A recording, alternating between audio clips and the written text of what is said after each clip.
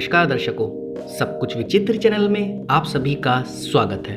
दर्शकों, आज मैं आपको एक ऐसी जानकारी देने आया हूँ जिसे सुनकर आप कहेंगे कि ये सही बात है, और मेरा दावा है कि 100 में से 85% इस बात को सही मानेंगे, क्योंकि उनके साथ ऐसा हुआ होगा या हो रहा होगा। दर्शकों, सबसे पहले तो मैं आपको बता दूं कि जब से मैंने YouTube की शुरुआत करी है, YouTube के माध्यम से आपको आयुर्वेद से जुड़ी बातें बताई है, या तंत्र मंत्र या कोई सी भी महिलाओं से संतान संबंधित बातें बताई है, वो सभी एक अपनी जगह अलग है जिसकी मैंने आपको जानकारी दी। यहाँ तक कि हम लोगों से कई लोग सीखे हैं जो आज अपना खुद का भी काम कर रहे हैं, अपने खुद की भी जानकारी दे रहे हैं और अच्छी जानकारी दे रहे हैं। मैं ये नहीं कहूँगा कि वो गलत जानकारी दे रहे हैं। दरअसल सीखा है उन्होंने हम ही लोगों से, क्योंकि हम लोगों ने एक ही चीज़ से शुरुआत करी थी कि लोगों को सच्ची और अच्छी जानकारी दी जाए,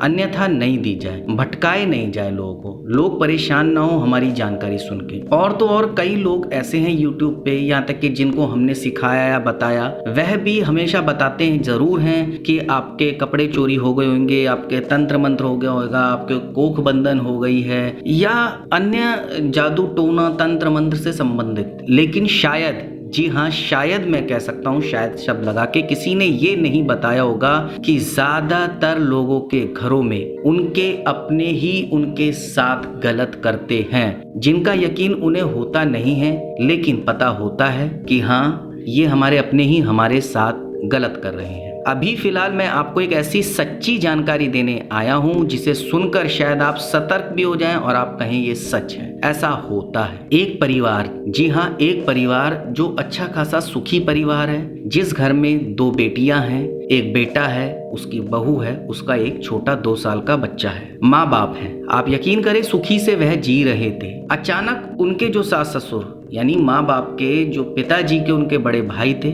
उनकी मृत्यु हो गई। लेकिन जो उनकी वाइफ थी, यानी कि मैं आपको बताऊं कि इनकी भाभी, जिस परिवार के बारे में बता रहा हूँ, उस मुखिया की भाभी जो उनसे उनके बड़े भाई की वाइफ थी, वो क्या करती थी कि उन्हें अपनी जिद या अपने घमंड ना जाने किस चीज के लिए हमेशा वो ये सोचती रहती थी सब उनके काबू में रहें, चाहे वो उनके छोटे देवर हों, चाहे वह उनकी नंदे हों, सब उन्हीं की सुने, जैसा वह कहें वैसा वो करें, जैसा चलाएं वैसा वह चले। यहाँ तक कि आप यकीन नहीं मानेंगे कि जो देवर हैं या जिस परिवार की मैं बात बता रहा हूँ, जो मुखिया हैं, वो लोग अपनी भाभी के इशारे पे शायद अपने परिवार की भी ना सुने, चाहे उनकी वाइफे, जी हाँ चाहे उनकी वाइफें कितनी मजबूर हो, उनके बच्चे कितने मजबूर हो कि आप ऐसा क्यों करते हैं, वह गलत हैं, वह सही रास्ता नहीं दिखाती, शुरू से आज तक लड़ाई झगड़ा, घर में कलेश यही करवाती हैं, यहाँ तक कि जादू टोने तक का भी वह सहारा लेती हैं घर को बिगाड़ने के लिए। तो दर्शकों, दरअसल बात कुछ ऐसी है कि उसी महिला की जो इनकी भाभी थी, उनकी बेटी की शादी हुई।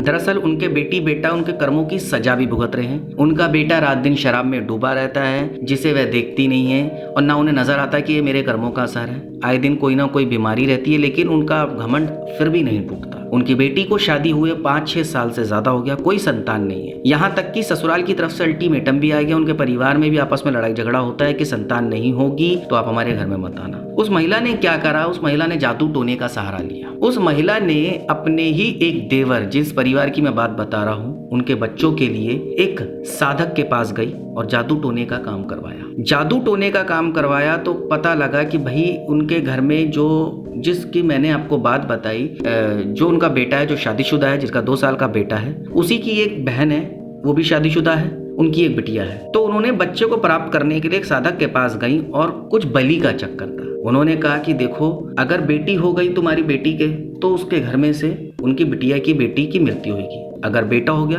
तो उसके बेटे के बेटे की मृत्यु होगी। आप यकीन नहीं करेंगे, उन्होंने कोई कसर नहीं छोड़ी उस परिवार को नुकसान पहुंचाने में। पहले उसी परिवार की जो मुखिया की वाइफ की तबीयत खराब हुई, उन्हें अचानक करंट लगा। करंट इतना जोर का था कि शायद वो मरने से बच गई। काफी टाइम तक जो है उनके हाथ में वाइब्रेशन रहा, हाथ उठा नहीं, बस वह अपनी पूजा पाठ के जरिए ही अपना आप को ठीक रख पाई। फिर उस घर के मुखिया की तबीयत खराब हुई, वह भी जैसे तैसे करें अचानक उनके बेटे के बेटे की तबीयत खराब हो गई। आप यकीन मानिए, सर्दी जुकाम बुखार हर बच्चे को होता है, उसको भी हो रहा था। दवाई दिलाई, यहाँ तक कि वो बच्चा लूज मोशन कर करके इतना परेशान, बच्चा 2 साल का था, लेकिन वो बच्चा स्ट्रॉन्ग कह लीजिए या कह लीजिए ना जाने कैसे कंट्रोल कर रहा था। खाना नहीं खा रहा है, उसको लूज मोशन लग रहे हैं, कुछ भी खा रहा है तो वॉमिटिंग हो रही है, माँ का दूध पी रहा है तो भी वॉमिटिंग हो रही है। दिन पे दिन परिवार के बच्चे की जो है वो तबीयत खराब होने लग गई, कमजोर होने लग गया। और सबसे बड़ी बात, आधे से ज्यादा परेशानी रात के समय होती थी। उसके मम्मी पापा जहाँ से भी दवाई दिला रहे हैं, कोई असर नहीं कर रहा, घर में बड़ी तबीयत बड़ा परेशान हो गए। आप लोगों ने देखा होगा, अचानक कुछ लोग छोटी मोटी जानकारी रखते हैं, वह आए,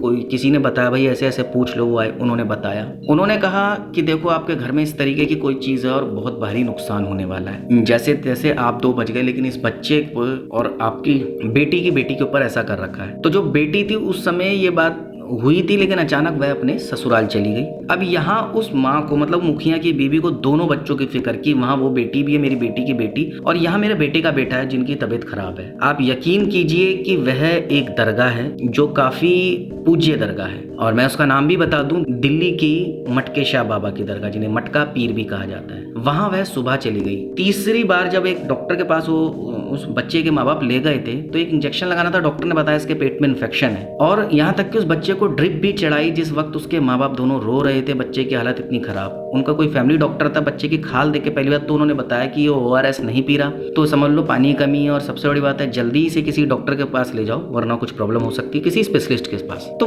वह महिला किसी महिला डॉक्टर के पास ले गई, उन्होंने इन्फेक्शन बताया, ड्रिप चढ़ाई, जैसे तैसे दोनों माँ बाप रो भी रहे थे। जब वो घर आए ड्रिप चढ़ा के, तो भी तबीयत खराब। अचानक सुबह उनके यहाँ इसकी तबीयत बहुत खराब, फीवर हो रहा है, वो कुछ बोल नहीं रहा है। सबसे बड़ा बच्चा जो इतना खेलकूद, 2 साल की उम्र में खेलकूद, बात भी करता है हल्की फुल्की अपनी तुतलाती लैंग्वेज में। सुबह सुबह ना जाने क्या हुआ उनको, वो मटका पीर चले गए। वहाँ उन्हें कोई नहीं मिला, जैसा आपने देखा होगा जो वहाँ पर सेवा करते हैं वो लोग नहीं मिले। वह मटके शाह दरगाह पर दोनों सास और बहू रोने लग गई। लड़के, बच्चे का पिता जो है बाहर बैठा हुआ था, वह भी मायूस था। तो उस लड़के ने कहा कि एक काम करो, जल्दी से डॉक्टर आने का टाइम आ गया, 9 बज जाएंगे, उसके पास भी चलें, दिखाएं जो भी है। वह लोग उठे, नीचे आए, नीचे जो कुछ फूल वाले होते हैं वो भी कुछ चीजें जानते हैं, उन्होंने दम करा। यहाँ तक कि एक और शख्स जो दरगाह पर आए थे दर्शन करने, वो भी कुछ जानकार थे, उन्होंने भी बच्चे को दम करा।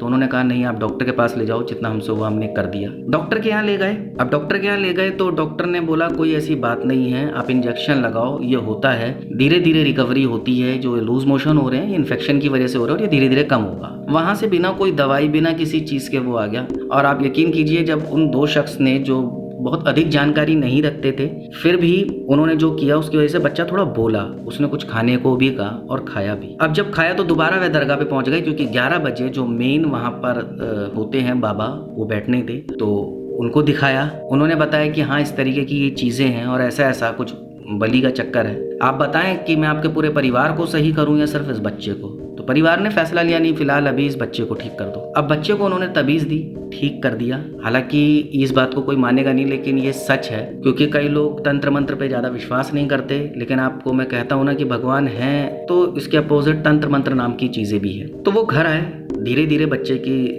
सेहत में सुधार होने लगा, और जब सेहत में सुधार होने लगा तो आप यकीन करो उनकी फिक्र हो गई, चलो ये बच्चा थोड़ा थोड़ा सेहत में सुधार, क्योंकि 2 जो बच्चियां थी उनके घर में, जो बहनें थी उस लड़के की और ये छोटे बच्चे की बुआ बड़ा चिंतित थी, बड़ा परेशान थी, क्योंकि सबका प्यारा था 2 साल का मासूम बच्चा। अब इधर इनकी चिंता अपनी दूसरी बेटी पे गई कि जिनकी बिटिया के साथ कुछ ना हो, क्योंकि वो बड़ा खतरनाक कर रखा था। फिर वह लोगों ने बाकी सबके लिए भी तबीज बनवाई कि यार किसी को कुछ ना हो। यहाँ इन्होंने भी अपनी पूजा पाठ करी, वहाँ उनको बताया, संदेश पहुंचाया कि भाई तुम भी किसी को दिखाओ, ऐसी ऐसी बात। आप यकीन करो कि उन लोगों ने वो जो समय बड़ा कठिनाइयों से गुजारा कि कुछ ना हो, कुछ ना हो, क्योंकि सबने कहा था, जिन जिन से उन्होंने पूछा, ये बहुत कठिन समय, तुम्हारे घर में पक्का किसी न किसी की मृत्यु हो सकती है, बड़ा संभल के चलो तभी बच पाओगे। जिसको भी तुम्हें मानते हो, चाहे अपने देवी देवता, अपने पितृ, उनको मानो। और एक बात मैं और कहूंगा दर्शकों कि आप लोग भी सबसे पहले जो हमारे घर के होते हैं, वो हमारे पितृ होते हैं, उनको पूजा कीजिए। और उसके बाद जो हमारे घर के देवी देवता होते हैं, मतलब हम लोग नॉर्मल मंदिर मस्जिद कहीं पर भी जाते हैं, लेकिन जो हमारे घर के देवी देवता होते हैं ना, वो हमारे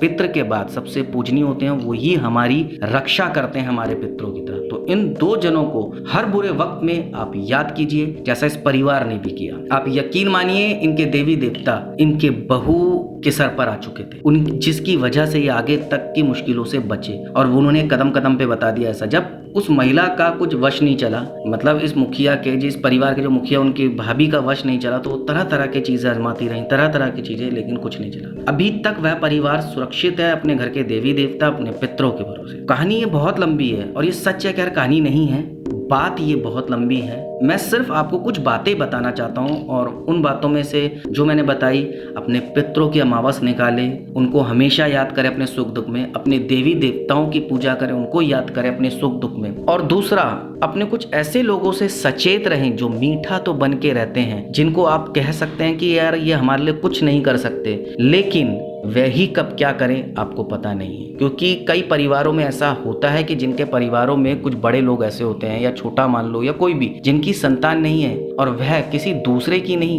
अपनों की ही संतान को देखकर किलसते हैं, जलते हैं, भुंजते हैं, उनके लिए बुरा सोचते हैं, दिखावा सिर्फ करते हैं कि नहीं ये हमारे भी बच्चे हैं ये। लेकिन ऐसा कुछ नहीं, क्योंकि ये संसार है दर्शकों, आप समझ नहीं सकते किसके दिल में क्या है। इसीलिए मैं कहता हूं कि कुछ ऐसे हैं, जी हाँ, अपने ही अपनों की संतान से जलते हैं। आप मेरी 2-3 बातें हमेशा याद रखिए, गांठ बांध लीजिए, अपने घर के पितरों को हमेशा सेवा कीजिए, अपने घर के देवी देवताओं की सेवा कीजिए, जो उनको पान प्रसाद जो भी आपके बुजुर्ग बताते हैं चढ़ता है वो चढ़ाइए, उनको मान मिन्नत कीजिए, तब किसी काम के लिए निकलिए। आप यकीन कीजिए, बड़े से बड़ी परेशानी ये 2 लोग आपकी सॉल्व कर देंगे, आपकी निपटा देंगे।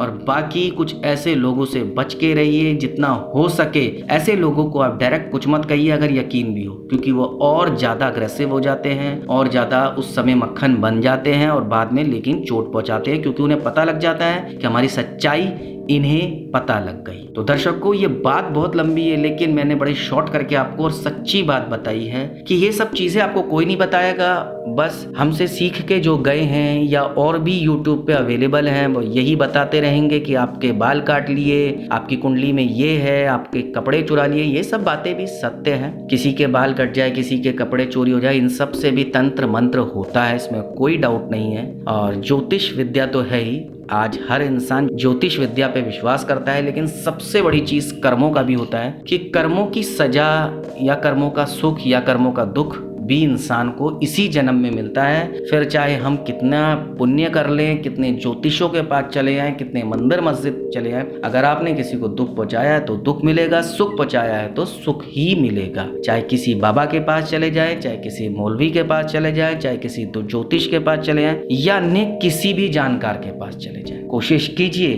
कि अगर आपके साथ भगवान ने अच्छा किया है तो आप हर किसी के साथ अच्छा कीजिए। और मैं उन लोगों को भी कहूंगा जो दूसरों से जलते हैं कि वह भी ना जले। उनको लग रहा है वह सही रह रहे हैं, उनको लग रहा है भगवान उनको पैसे धन सब चीज से अच्छा रख रहा है, लेकिन अगर वह पीछे मुड़ के देखेंगे तो संतान उनकी भी खुश नहीं होती, परेशान वह भी होते हैं, लेकिन उनकी आंखों पर उस समय पर्दा होता है दूसरों को नुकसान पहुंचाते जाने के लिए। इसलिए किसी के साथ गलत मत कीजिए, किसी के लिए गलत मत सोचिए, क्योंकि सबके बच्चों की जान बहुत कीमती है। सबकी माओ ने दर्द करके अपने बच्चों को पैदा किया है, सबकी संतानों को उन माओ ने किस तरीके से मांगा है, किस तरीके से सींचा है, किस तरीके से पैदा करा है, वह दर्द वो माँ ही जानती है। आप लोग नहीं जानते, आप लोग तो बुरा करने में यकीन रखते हैं, कहीं किसी के पास जाके नुकसान। तो आपसे भी हाथ जोड़ के विनती है कि आप भी किसी के साथ ऐसा ना करें। जितना हो सके अगर आपने किया भी है तो माफी मांग के भगवान के आगे माफी मांग लीजिए। अगर आप उनके सामने नहीं माफी मांग सकते, लेकिन किसी के साथ गलत मत कीजिए। तो दर्शकों,